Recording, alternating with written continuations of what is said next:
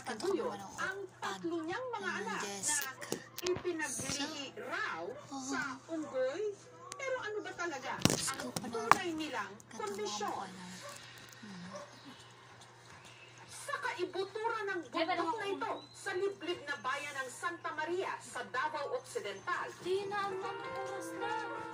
nagkukubli ang magkakapatid sa munting kubong ito. Mailap sila sa mga tao. Dahil ang kanilang mga itsura, madalas daw inihahalin tulad ng iba sa mga unggoy. Di naman. Kamukhang nalay balibo. Nahilap sila sa tao kasi hindi sila lumalabas ng bahay.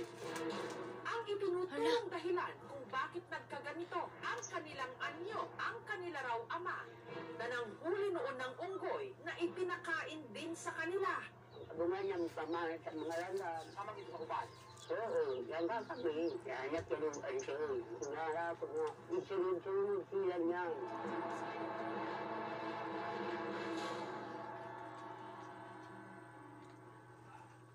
Bago marating ang kanilang sityo, Dinilit mo yung comment namin sa Hypo Send Me Help. sa bundok. Ha? Sumakay sa habal-habal o skylab ng mahigit 1 oras. Dinilit. Sa mga matatarik at madudulas na daan. Ay, Ella, post ka nga, itag mo ganito, kunyari, see you tomorrow. Itag mo si Rosalie. Sabihin, masisilayan kita ganun.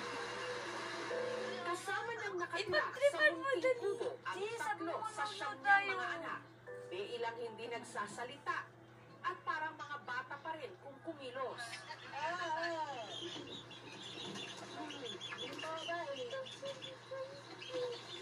Kapansin-pansing maliit ang kanilang mga ulo, malaki ang bibig at mga tenga, at bahagyang nakaumbok ang noo. Tanging mga palayaw lang ang meron sila. Wala silang mga opisyal na dokumento. Hindi rehistrado. Walang mga birth certificate. Kaya hindi rin nila alam ang kanilang mga eksaktong Yung edad. sasakyan daw, inaayos. Ayan guys, Ayun, naanata karon pinapainan. sa Tagbalay nga di pa nag-iyahan ni nanay ining masupat usa ka wino or balo. Ang kagawad na si Rodrigo, naisikang videohan ang mag-anak. Point ko lang talaga dun is, baka may taong may bukal lang puso. Dadali ko na ito, sa kanila. baka Kami naman mismo dito sa aming lugar. Gusto namin tumulong sa kanila. Pero sitwasyon din namin, mahirap kami dito sa bukid. Mami, Ini. ako na lang. Paalam niyo, yasin ni